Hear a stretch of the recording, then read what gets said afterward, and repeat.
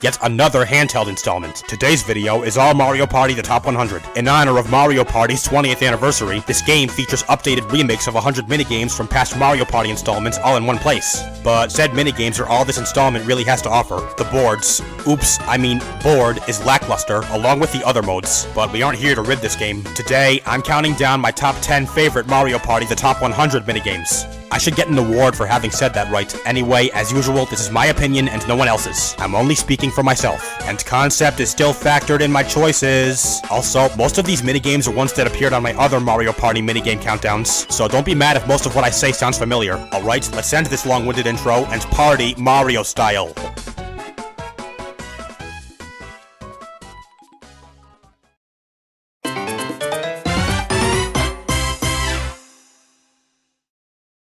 Kicking off this list is Free-for-All Peak Precision from Mario Party 9. Each player is climbing a hill that has several 3DS buttons on it. The players must press each one in order as fast as possible until they reach the peak precisely. The first player to do so is the winner. However, as important as speed may be, it's also important to not go too fast, since pushing the wrong button will cause players to fall down, thus costing them time.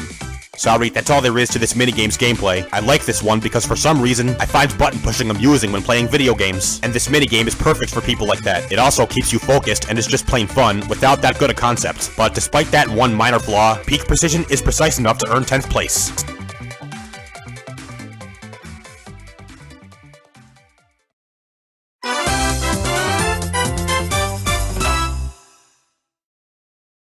Ninth place is Free-for-All Monty's Revenge from Mario Party 7. All 4 players are underground, with several Monty mole holes on the surface and 3 Monty moles, each with a hammer. The players must stick their head out of any of these holes, and when a Monty mole tries to hit them with his hammer, go back underground. The player to have spent the most time above ground before time expires is the winner. And that's all there is to gameplay. For the best chance to win, players should stay above ground at all times, and only retreat right before getting hit by a Monty mole, and when this happens, immediately pick another hole to pop out of. This minigame is fun and thrilling, but most of all, its concept is funny and completely original. If you try taking 9th place from Monty's Revenge, it'll plot revenge on you.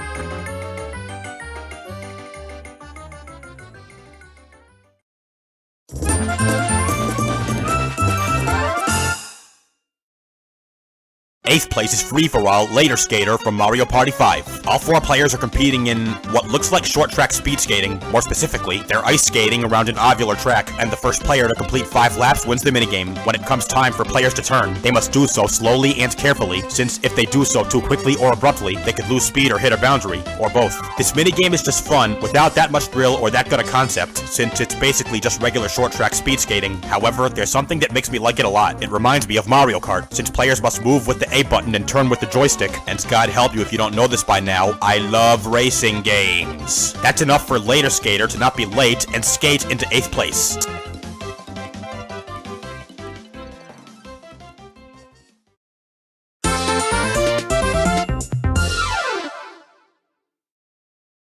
Coming in at 7th place is Free-for-All Storm Chasers from Mario Party 3. All 4 players are in a small arena and have their own potted piranha plant. Nearby is a rain cloud, and the players must use its rain to make their piranha plant grow. However, it's not as simple as that. The cloud moves around, so the players must keep chasing after it. There are also Monty moles, which will pop out of the ground, and they better avoid them unless they want to get knocked back. The player with the biggest / most watered piranha plant at the end is the winner. This minigame has a pretty clever concept, and along with that, is just fun and maybe thrilling, since players are always brawling to stay under the cloud. Also, since the controls are smoother, I prefer this version over the original N64 one. Therefore, Storm Chasers chases 7th place down.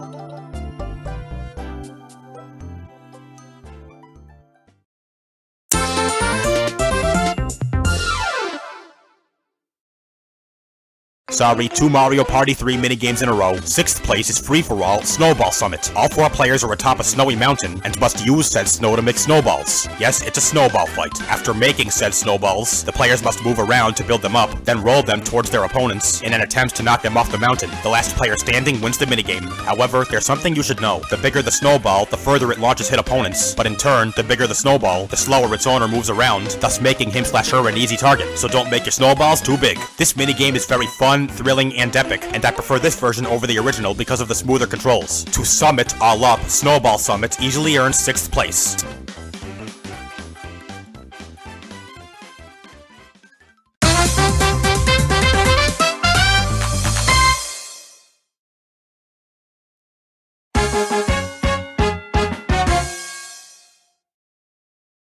5th place is free-for-all bombs away from Mario Party. All 4 players are on a small floating island, and a nearby ship of Bowser's will start shooting cannonballs at them. The players must dodge these, for if they fail to, they'll fall off the island, i.e. be eliminated. Any player to outlast their opponents, or the timer, wins the minigame. Players can run and jump, and...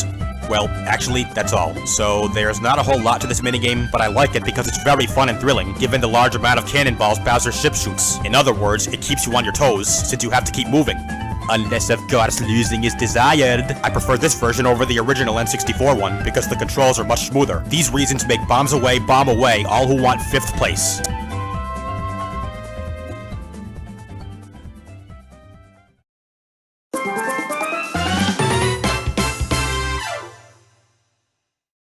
Fourth place is free-for-all, flash forward from Mario Party 10. All 4 players are facing a camera and must be standing on the podium when it flashes. However, the podium is too small to fit all 4 players at once. Therefore, they have the option to attack their opponents to knock them off it. They can stomp, punch, and ground pound, and any player standing on the podium when the camera flashes will get points. Specifically, anywhere from 6 to 8 points, unless they strike a pose, which will score a perfect 10 points. Otherwise, they won't score anything. Needless to say, the highest scoring player is the winner. This minigame has an extremely epic and clever concept, and once again, I love fighting games. If you don't know that by now either, you are beyond God's help. It may last only 10 seconds, but no matter what, flash forward will forward 4th place to no one.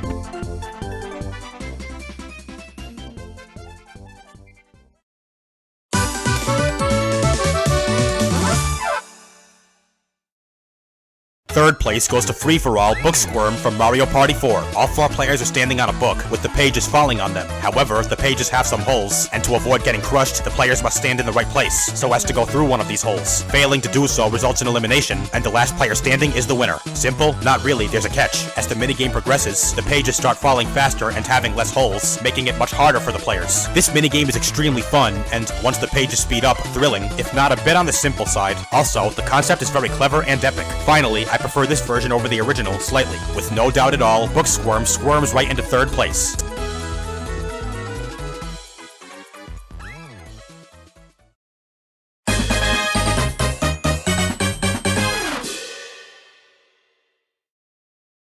Running up is free-for-all Hexagon Heat from Mario Party 2. All 4 players are standing atop 7 hexagonal platforms, each with a different color and shape. The nearby total hold up a flag, and the players must run to the platform that matches the color and shape on the flag, since all the other platforms will lower into the lava. Any player that fails to do so will fall in the lava and lose, and the last player standing wins the minigame. Players can not only run, but also jump and ground pound, making it easier for them to get and stay on the platforms. Also, as time goes on, the platforms speed up, making things harder, but funner and thrilling.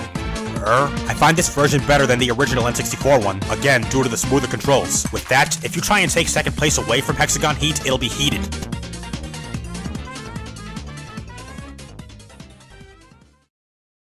The ultimate honorable mention party! 15th place is free-for-all Coney Island from Mario Party 5. Each player has their own ice cream cone, and using it must catch scoops of ice cream that'll fall from the sky. The player with the most scoops in his/her cone when time is up wins. This one is plain fun and pretty thrilling with a cute concept. 14th place is 2v2 Cake Factory from Mario Party 2. Finally, one that's not a free-for-all! Both teams must make cakes by grabbing the ingredients, with good timing, then placing them on the plate in the correct order. The team to have made the most cakes when time expires wins. I don't really know why, but I find this one very fun, and it requires teammates to work in sync. Also, I find this version better than the original. 13th place is free-for-all Dinger Derby from Mario Party 5. There are 4 baseball pitching machines, and each player must hit said pitches with baseball bats. They'll pitch the balls at varying speeds, and the player to hit the most out of 30 wins. This one is quite thrilling and keeps you focused. Also, I like this version more than the original, because the pitches are no longer freaking Mach 1.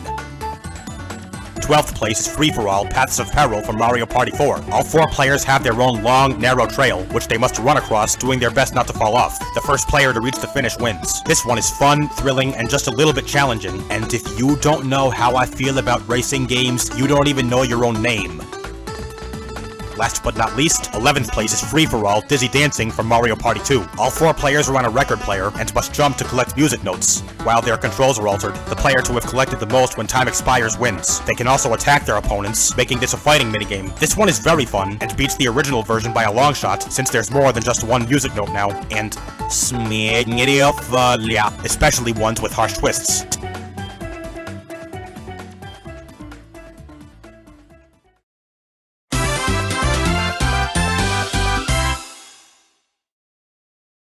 Finally, number 1. It's a 2v2 from Mario Party 6. It's none other than Rocky Road. Each team is driving on a long road filled with huge boulders, which they must keep attacking until they crumble away. The first team to destroy all the rocks on their road and reach the finish wins the minigame. Although this technically isn't a fighting minigame, players can punch and kick to smash the rocks, but in doing so, should be careful not to attack their teammates by mistake, since doing so could cost them valuable time and allow opponents to catch up if behind, or widen their lead if ahead. Teams must also take teamwork into account, since some parts of the road have multiple rocks, so one teammate should take one while the other takes the other, and if the amount of rocks is odd, they can both take the odd one out. This minigame is very fun and has a clever and epic concept. Also, I prefer it over the original GameCube version, since if you do end up attacking your teammate by mistake, it no longer takes them eons to recover. So, with all this, it's obvious. Rocky Road is easily my number 1 favorite Mario Party, the top 100 minigame of all time. Rocky Road rocks the house.